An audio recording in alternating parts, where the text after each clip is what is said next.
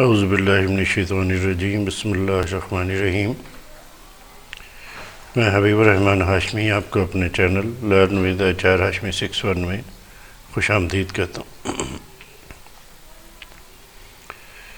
دوستو، ہم اس سے پہلے بھی بزرگوں کی اچھی باتیں جو ہم نے زندگی میں سنی، جو خطبات میں سنی، جو محافل میں سنی، ان کا خلاصہ آپ تک پیش کرتے رہتے۔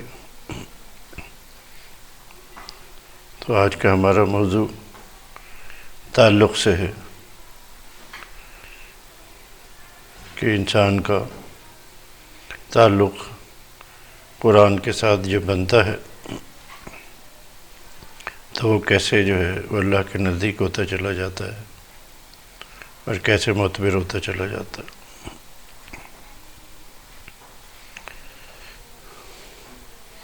آپ کو ایک چھوٹی سی مثال دے کے سمجھانا چاہوں گا۔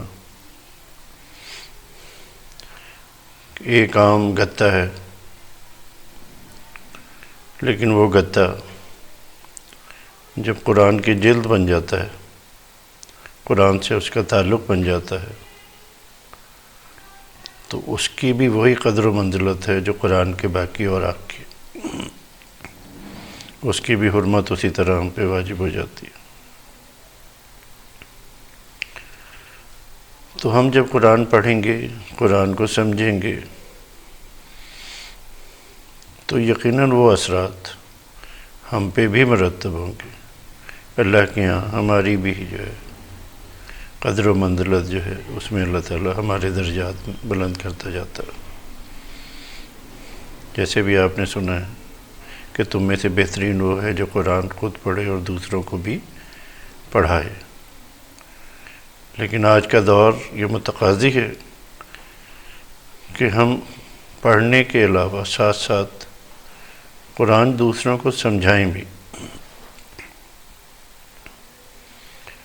کیونکہ سمجھانے سے اس کے معاشرے میں اثرات مرتب ہونے شروع ہو جاتے۔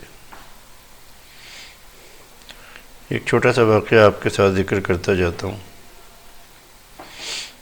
کہ امریکہ میں ایک امام صاحب نے تذکرہ فرمایا کہ ایک نوجوان تھا جو بہت ہی باقاعدہ فجر کی نماز آ کے پڑھتا تھا، قرآن کی تلاوت کیا کرتا تھا۔ پھر کہنے لگے کہ وہ 7-8 مہینے کے لیے اچانک غائب ہو گیا۔ کسی کو کچھ پتہ بھی نہیں تھا کہ وہ کہاں گیا، نہ وہ بتا کر گیا۔ تو سارے نمازی ساتھی جو اس کے ساتھ روز ملاقات کیا کرتے تھے وہ اس کے متلاشی رہے۔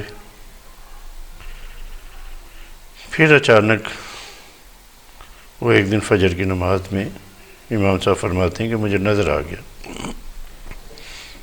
تو میں نے سلام پھیرنے کے بعد اسے روکا اور اسے چائے کی دعوت دے کے اپنے ساتھ گھر لے گیا۔ اس سے میں نے پوچھا کہ بتائیے کیا معاملہ ہے، آپ اتنے 10-11 ماہ کے بعد جو ہے نظر آئے ہیں، تو آپ کہاں اچانک غائب ہو گئے تھے؟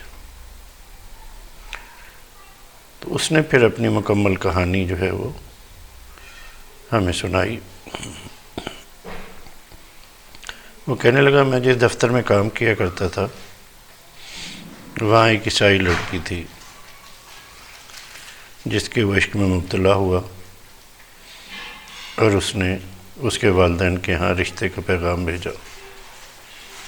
اس کے والدین جو ہیں وہ بہت ہی کٹڑ قسم کے جو ہے وہ پریکٹسنگ کرسچن تھے۔ انہوں نے کہا کہ ہماری یہ شرائط ہے کہ اگر تم نے ہماری بیٹی سے شادی کرنی ہے تو آپ کو یہ علاقہ بھی چھوڑنا پڑے گا، ہمارے علاقے میں رہنا پڑے گا، ہمارے جو حلقہ احباب ہے اس میں آنا جانا آپ کو پڑے گا، اور اتوار کے دن جو ہماری سروس ہوتی ہے اس میں بھی شامل ہونا پڑے گا۔ تو گو کہ جتنی پریکٹس وہ کرتے تھے اس کے سامنے وہ شرائط رکھیں کہ آپ بھی یہی پریکٹس کیا کریں گے۔ بس انہوں نے عیسائی ہونے کے لیے دور نہیں ڈالا، کہ وہ سمجھتے تھے کہ آہستہ آہستہ جو ہے اس پہ اثرات آئیں گے اور یہ خود بخود مسلمان سے کرسچن ہو جائے گا۔ تو اس نے وہ تمام شرائط مان لی، مان کر اس نے شادی کر لی، تو زندگی ان کی گزرنی شروع ہو گئی۔ ایک دن وہ کہنے لگا کہ میں جب آفس سے گھر آیا تو دیکھا میں نے ٹریش کین میں کچھ بکس پڑھی ہیں اور میری بیوی کچن میں کھانا بنا رہی ہے۔ تو میں نے اندر آ کے پوچھا کہ یہ ساری جو ہے وہ کتابیں ٹریش کین میں کیوں پڑھی ہیں؟ تو اس نے کہا جی یہ بک شیلف میں وہ کتابیں ہیں جو نہ کبھی تم پڑھتے ہو نہ میں پڑھتا ہوں، نہ میں پڑھتی ہوں، تو وہ میں نے اٹھا کے ٹریش کین میں ڈال دی ہیں۔ کہہ رہے مجھے فوراً یاد آیا کہ اس میں تو قرآن پاک کا وہ نسخہ بھی تھا جو میں باقاعدگی کے ساتھ مسجد میں اپنے ساتھ رکھتا اور اسے پڑھا کرتا تھا۔ تو میں دوڑ کے باہر گیا اور اس ٹریش کین میں سے میں نے وہ نسخہ نکالا، اس کو جھاڑا، اس کو چوما، سینے سے لگایا اور اندر لے آیا۔ میری بیوی یہ سارا منظر دیکھ رہی تھی، تو شدید غصے میں آ گئی۔ اس نے کہا کہ اتنے مہینے گزرنے کے بعد بھی تمہارے اندر یہ رمق باقی ہے، اس قرآن کی محبت جو ہے تمہارے دل سے بالکل کم نہیں ہوئی، تو لہٰذا میں تمہارے ساتھ نہیں رہ سکتی۔ اس نے اپنا سامان اٹھایا اور گھر سے چلی گئی، اور میں نے اپنا سامان سمیٹا اور میں واپس اپنے علاقے میں آ گیا۔ تو میں بات کر رہا تھا کہ وہ ایک تعلق جو بہت ہی معمولی درجے کا تھا قرآن کو دیکھنے کی حد تک، اس نے بھی اس شخص کو واپس اس زندگی میں آنے کا سبب بن گیا۔ تو اگر ہم روز قرآن پڑھیں، روز سمجھ کے اس کے معنی، مفہوم، تفسیر، تو پھر دیکھیے ہماری زندگیوں میں کیسے تبدیلی آتی ہے۔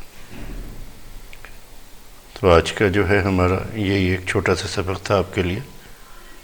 تو اس طرح آئندہ بھی جو ہے وہ چھوٹی چھوٹی باتیں آپ کے ساتھ شیئر کرتے رہیں گے۔ اللہ تعالی ہمیں آپ کو آسانیاں پیدا کرنے، آسانیاں بانٹنے کی توفیق عطا فرمائے۔ اللہ آپ کا ہمارا حامی ناصر۔